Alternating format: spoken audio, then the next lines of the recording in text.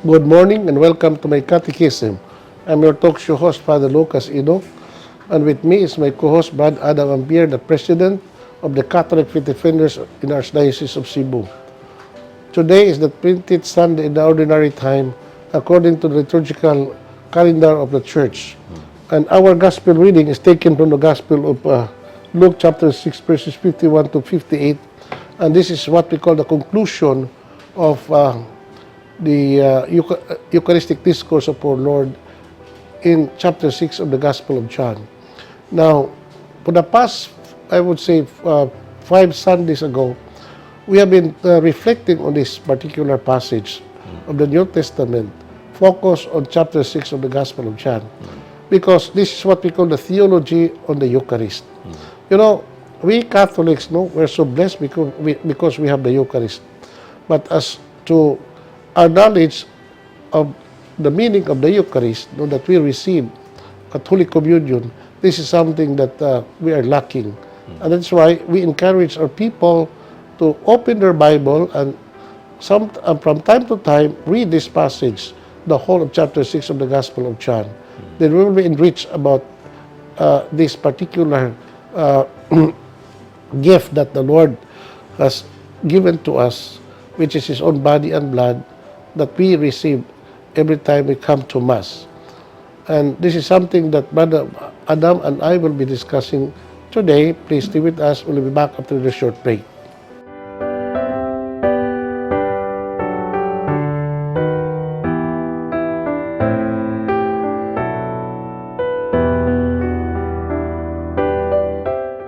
Thank you for staying with us. May buntag, Brad Adam. May buntag, Father. Atong i-greet ang atong mga viewers, no? You know, Brad, kining atong viewers, no? So, di lang diri sa Cebu, but also outside Cebu and the entire Philippines. Perhaps, tingali outside the Philippines, no? Despite the, what you call, the limited audience that we have, Brad, because people today are not very much interested on this very serious topic, especially on matters of religion. Ang ipangita sa mga tao, Brad, kadang mga programa sa social media nga makapalingaw nila, no? Mga funny nga matang sa program that would tickle their minds and hearts and make them laugh.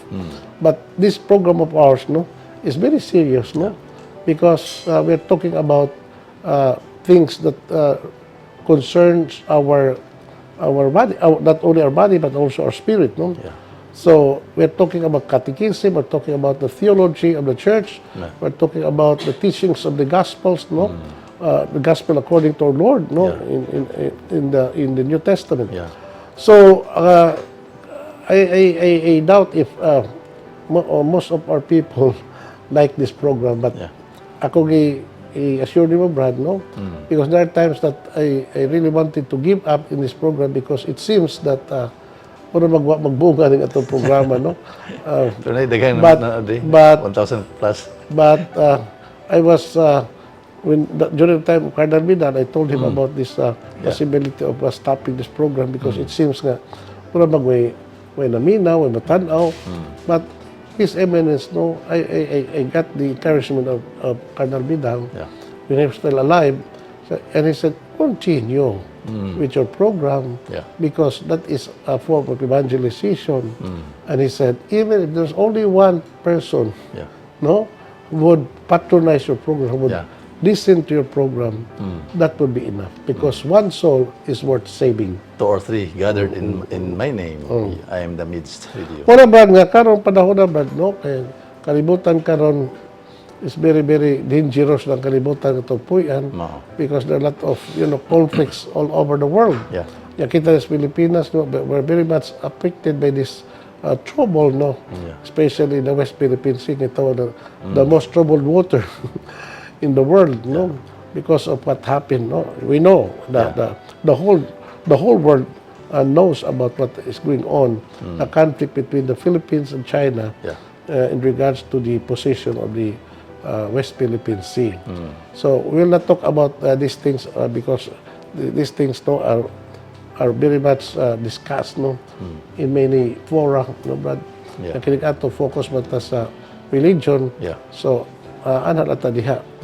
But at the same time, we encourage our people that even if we don't focus so much on geopolitical topics, no? So we still continue praying Yeah. for the peace of our nation, for the peace of the whole world, for the conversion of people, because this is what is important. Yeah. This is what the Blessed Mother is always emphasizing Yeah. when he appeared at Fatima to the three children. Yeah. The need for humanity to be converted to her son so that there would be peace. Sa Magyalamon, Father, siya niyon nga salos animarum suprema lex. So, imo man ang motto, Father, nga kaluwasan yun sa itong kalagmi importante. So, focus ang ato ang programa to sa kaluwasan yun kay it is very important for us. Kining salvation kay kung atong makita ron, Father, no, sa mga TikTok yung na bisag nalay yung mga kuha na to, gangising-ngisi na ito, dako kayo sila kuha na, dagan kayo sila audience kita. Something very serious, na dili kayo sila ganahan. Ang pagdungano ka nga, ang interest sa itong katawhan, Brad, no? Kada makapalipay nila, makapahatag nila o kanang momentary bitaw nga entertainment bitaw, enjoyment. Nga kining ato, di ba ta maka-entertain sa nga makatikol silang mind to make them laugh, no? Yeah. But again, no, dili lamang ta na mga butanga kay matod pa, it's not only by bread that man lives, no, but also by the word that comes from the mouth of God. Correct. So this is precisely what we are saying, what we are doing. No? Yeah. Focus on the word of God. No? Amen. Nga Brad, mas maiti nga ni atong basahon na itong Ebanghelyo, no? Sige, The Lord be with you. and with your spirit. A reading from the Holy Gospel according to John. Glory to you, Lord. Jesus said, I am the living bread from heaven. Whoever eats of this bread will live forever. The bread I shall give is my flesh, and I will give it for the life of the world. The Jews were arguing among themselves, how can this man give us his flesh to eat? Jesus replied, truly I say to you, if you do not eat the flesh of the Son of Man and drink his blood, you have no life in you. The one who eats my flesh and drinks my blood lives eternal life, and I will raise him up on the last day. My flesh is really food, and my blood is truly drink. Those who eat my flesh and drink my blood live in me, and I in him, and I in them. Just as the Father who is life sent me, and I have life from him, from the Father, so whoever eats me will have life from me. This is the bread from heaven, not like that of your ancestors who ate and later died. Those who eat this bread will live forever. The Gospel of the Lord. Praise to you, Lord Jesus Christ. Only kung gigon, brother, the conclusion of the what you call Eucharistic discourse of our Lord, no? Nga ginahinay gyud pag-reveal tong Ginoo kining maong mystery of his body and blood, no, which he gave at the Last Supper, and which we always make present every time we celebrate the Mass. Yeah. Ito, if you remember, but no, tatanaw ang progression bitaw sa event. So, during the first part of chapter 6 talks about the multiplication of the loaves. Yeah. Then, in that miracle of the multiplication of the loaves, still in chapter 6, Oh, yeah. no, so came slowly by slowly, Yeah. no, the teaching of our Lord to prepare the minds of these people and these listeners, no, sa usa ka dakong pagtulunan na iyang ihatag kanila, Yeah. nga eventually siya mohatag sa iyang lawas ug dugo aron mamahimong kalanon aron mabuhi ang tawo. So there's a connection between the multiplication of the loaves and that of the Eucharist blood. Correct. No, just as Jesus multiplied bread for to satisfy the physical hunger of these people. No, later on, he will give us his own body and blood to satisfy the spiritual hunger, the spiritual thirst of men and women. Okay? So, nga na progression ba sa maong theme on this Eucharistic discourse in the Gospel of John. So, but kini kay katapusan naman gini, no, pahin. Yeah. Giklaro guys itong Ginoo sa pag-igon. I am the living bread from heaven. whoever eats of this bread and will live forever. The bread I shall give is my flesh, and I will give it for the life of the world. Now, Brad,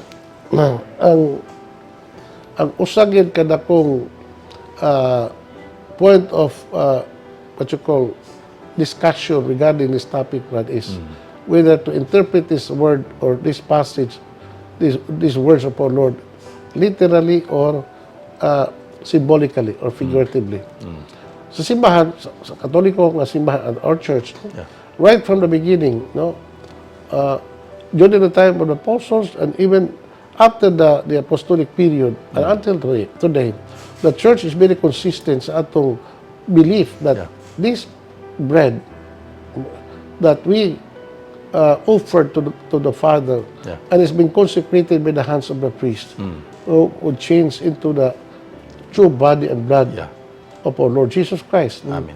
The real presence of our Lord in the Eucharist.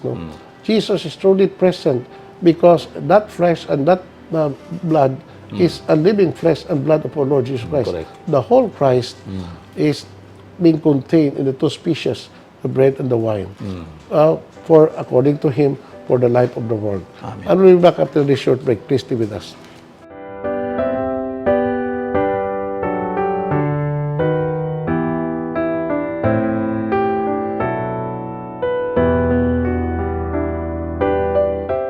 Thank you for staying with us. Brad Adam, morning nga itong point of discussion karong buntaga, Brad, no? Whether to interpret this passage literally or figuratively.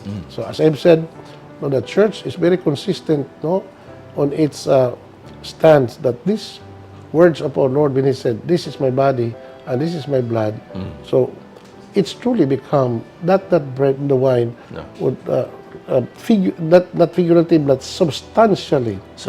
No, that is the change into the term. very substance of the body and blood of our Lord, and that is what we call in theology transubstantiation. The substantial change of the substance of the bread and the wine to the very substance of the very body and blood of our Lord. Correct. Ikaw, Brad. Kay ang gikon sa simbahan, Father, dili ang panahimo Kristo kundi lang iyang substance. Kanang tawag transubstantiation. So the same ang accidents nagpabilin na ang naagihapon ang iyang pagkapan, naagihapon ang pagkabino, pero the essence, the nature or the substance of the bread and the wine became Jesus Christ. So that is really the teachings of the church. So mao na atong pagkakanon, Father, according to the gospel in John chapter 6, mao gini naghatag nato og kinabuhi. Siya ang paangikan sa langit na naghatag sa kinabuhi. Okay, Brad. So with all due respects atong mga separated brethren, Brad, nga di mo dawat na tawag og substantial change of the bread and wine.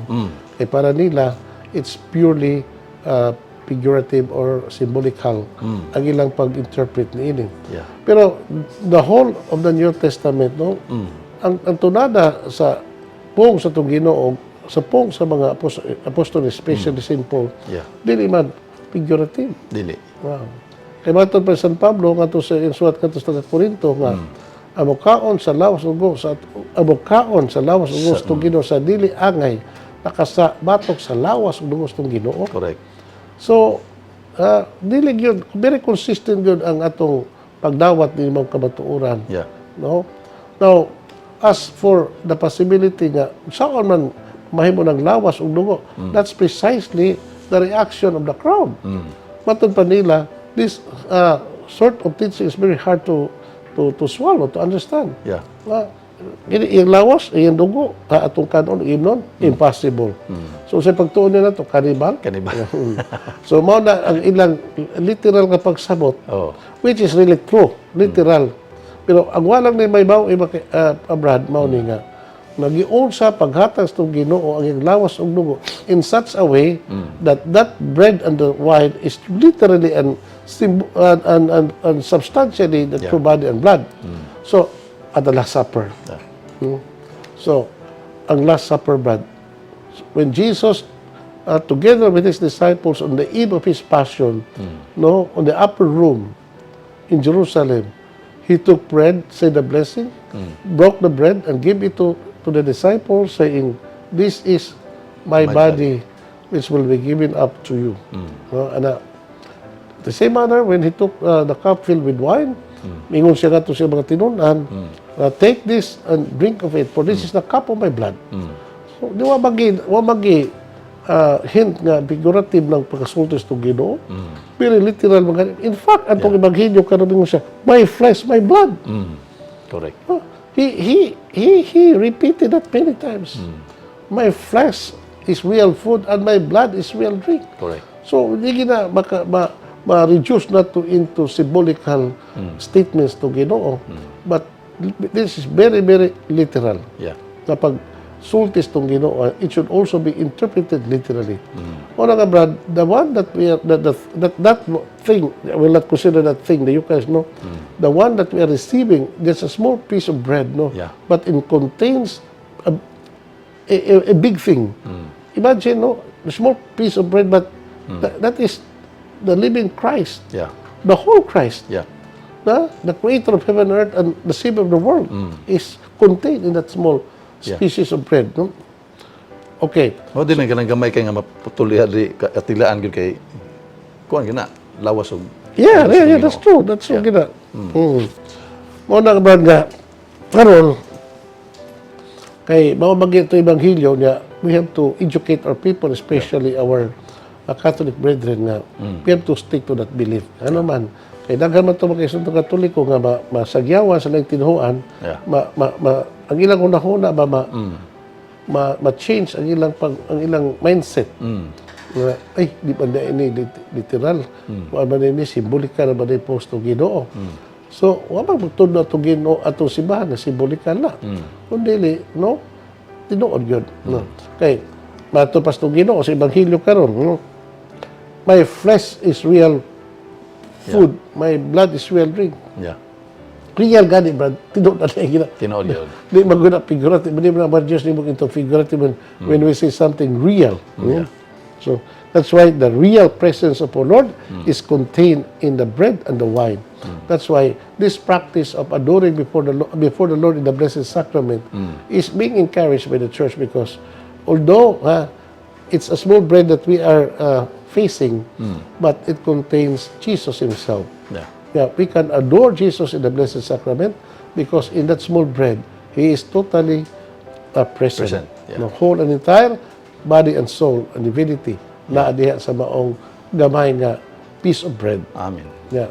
It is also very encouraging karon nga mga tao, Brad, no? No, daghan na kay mosud sa atong mga itawag nato mga adoration chapel. Yeah. I would say that almost all parishes of Cebu, and I also believe it in the whole Philippines, and even outside the Philippines, no, there's always be what we call adoration chapel, where the Blessed Sacrament is being exposed 24 hours a day. No? Amen. Okay, that's a good practice, brother. So we can have access to Jesus by coming to Him, spend hours together with Him, not just by talking to Him, but just by being there and what you call feel His love and presence before the Blessed Sacrament. That is what we call an act of adoration. Amen.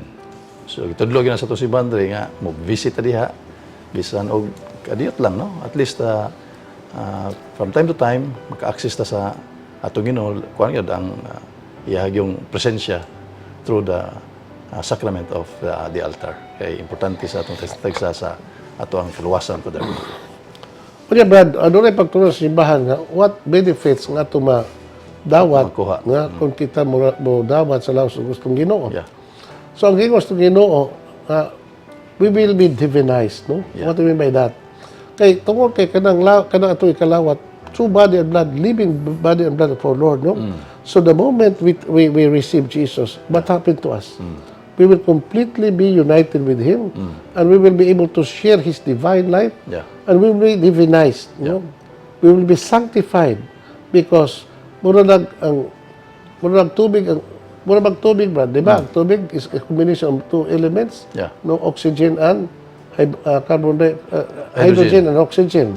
So the fusion of hydrogen and oxygen would form one substance which we call water. Yeah. So the same thing kuno brad that when we receive Jesus no sacramentally in the blessed sacrament so ang atong kinaiya ang atong pagkatao and with that of the person of Jesus mahimo usa. Yeah. So what happened kung mamahimo tag usa? So we will be united with him. Yeah. And we become a part of Jesus, and Jesus will become a part of our being. Yeah. Yeah, aside from that, no, we become partakers of the divine life.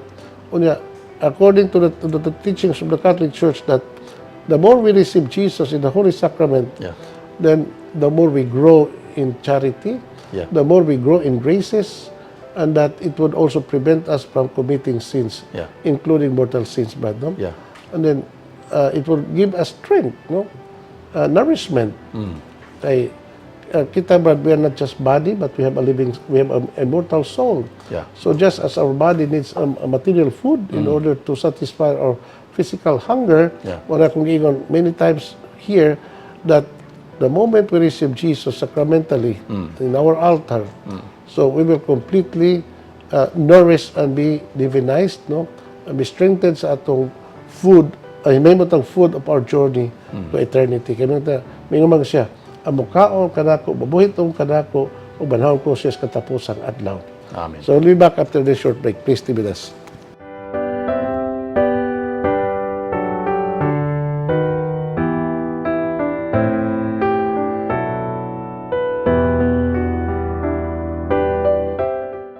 Thank you for staying with us.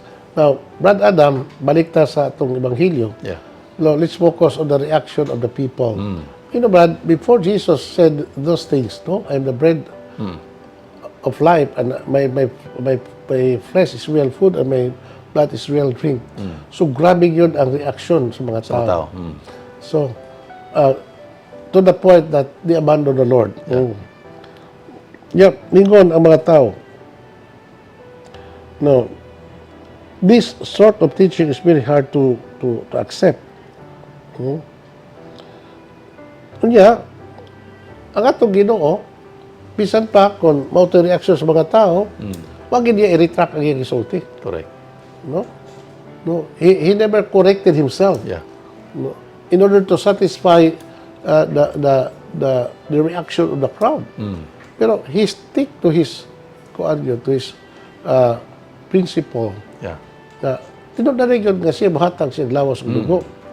Pero sa pangutana lang yun, ang unsao man ni tawhana paghatag siya lawas ng dugo. Correct. Mao na point of contention na brad, unsaon. Yeah. Na unsa may buti pasabot nga sa mga tao, ato siya ihawon, ato siya tagud-taguron ang kanon.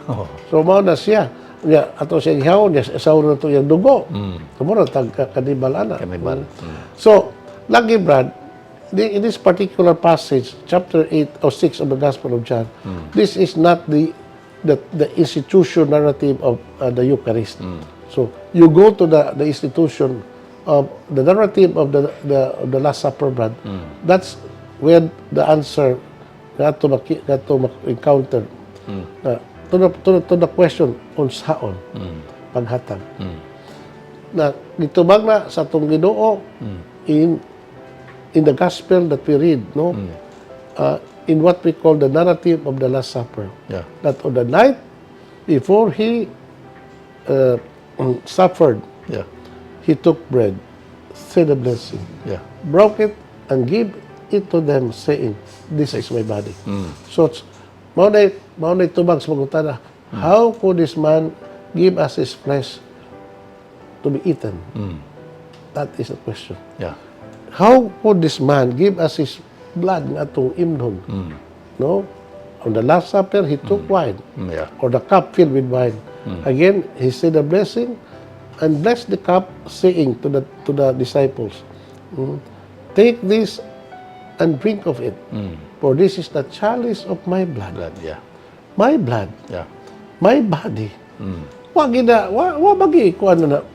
Wa bagi na kanang insinuation to Ginoo na he was talking figuratively or symbolically, but very literal ang iyang pagsulti. Yeah. Busa nga ano man yun ato pa natuison. In fact, the faith of the church since the time of the apostles ug hangtod ron, Yeah. is very, very consistent. Tinod na ginaka, that is his true body and blood. Ikaw. Naikuan din, kasagaran pangutana na din sa ato ang hostia, inigresib na to. Kay naiuban din nag-true kan sa direct to hands or direct sa tao. By mouth or unsa by hand? magiging sa simbahan na to na din? Ang pagdawat sa by hand or direct so, sa to the tongue? question, how would Jesus give us his body and blood? Ito nang gitubag. Yeah. No, how to receive Jesus? Now, that's very important question, Brad. How to receive Jesus? First, before we answer that, no, whether by mouth or by the hand, we have to have what we call proper disposition Yeah. of mind and heart. Also, body. Also, proper disposition. Number one, dear Brad, that we must have faith. Faith.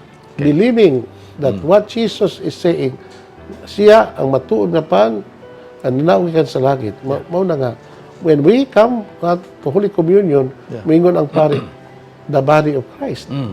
Amen. That means nga, I believe. Dito ka. Sa ito pa, the number one requirement for a worthy reception of the Holy Eucharist is faith. Correct. To believe that that is the true body and blood. Ikaduha, that he must be in a state of grace. Correct. No? Meaning to say that wala siya silang mortal.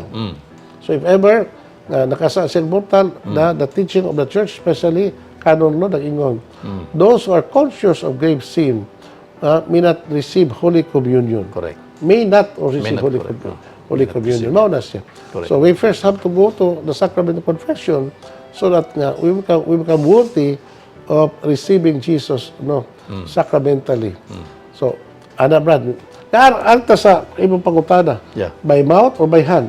Ang pagtulunan sa simbahan, ang structure sa simbahan, either by mouth or by the hand. Kung sa dito maglalis, dito magkuhan nga, kinahanglan by mouth yun, kanang pag by hand, dili ko na kuhan, kanang proper, matod pa nila.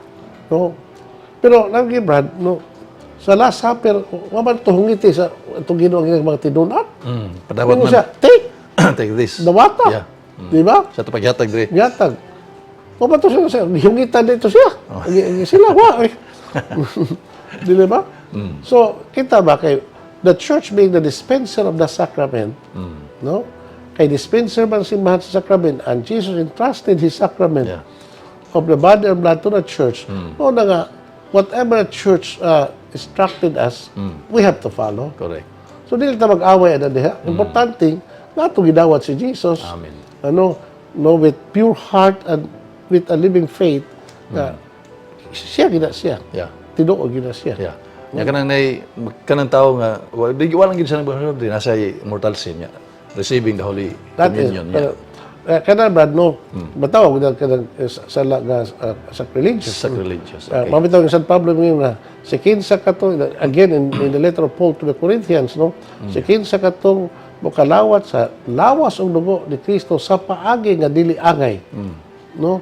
Nakasala batok sa lawas og dugo ni Kristo. So, lawas gyud og dugo ni Kristo, wagi makisgot og the symbolic body and blood of our Lord. So, the whole Testament speaks about the body and blood of our Lord. Okay. So, we have to receive Jesus sacramentally with the purity of our heart and believing that bread is the true body and blood of our Lord. So, mga importante niya, Brad, that una nga, kung kita mo kalawat, Brad, kinahanglan nga, we have to be physically, mentally, spiritually prepared. Yeah. No? Nga naman, physical preparation, Brad, mabito na nga doon itawag og Eucharistic fast. That means 1 hour before receiving Jesus at Holy Communion, you have to observe Eucharistic fast. Yeah. So 1 hour na ko na, bro, no? To give what you call honor to the very body and blood of our Lord that we are receiving. So, observe the Eucharistic fast. Yeah. In the old law, Brad, in the old canon law, so dili karon bago man tagantag kuan ma kuan sa simbahan kana kasayon kaniadto mga 12 midnight Magsugod na ka sa Eucharistic fasting. No? Until you receive Jesus Okay. at Holy Communion. Only then that you can take food. Yeah. Bata na, kaya to. So, karon man naman. Ito na. 1 hour. Pero- 1 hour fasting. Pero kung you are a person with comorbidity, Brad, so you are exempted. Yeah. No? Especially also katong mga elderly people, Yeah. person Senior, with mga senior health issues. Yeah. So okay na sila. So sabto lagi hapon nato na. Hey, mo na kita Brad nga Salus Animarum Suprema Suprema Lex. Lex. The God of the soul is the supreme law. Amen. God of Brad.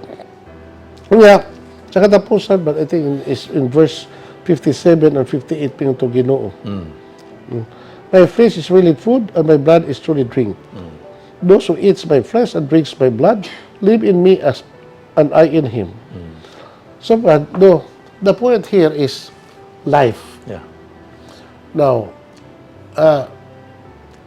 if that bread is not a true body and blood of our Lord, it would not give us life. Correct. If it is only symbol. No.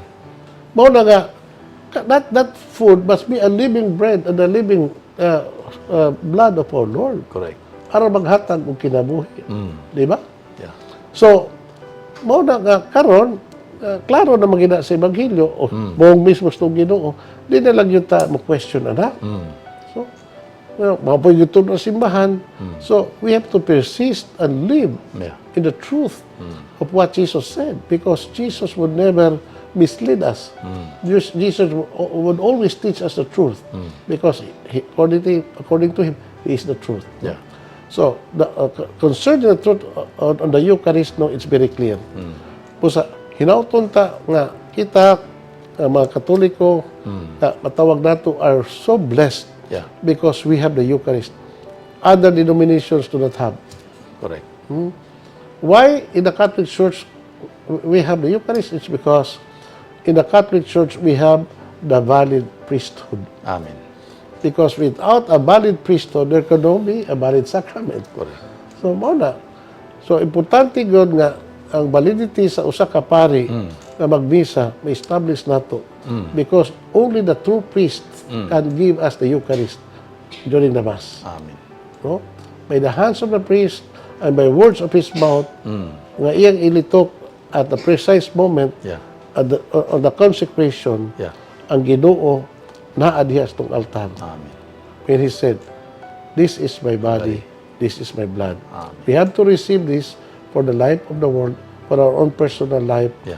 so that according to our Lord, He would raise us up on the last day, Amen. and we will be one with Him, with the Father and the Holy Spirit. The Lord be with you. And with your spirit. May Almighty God bless you, the Father, the Son, the Holy Spirit. Amen. Thank you and good day.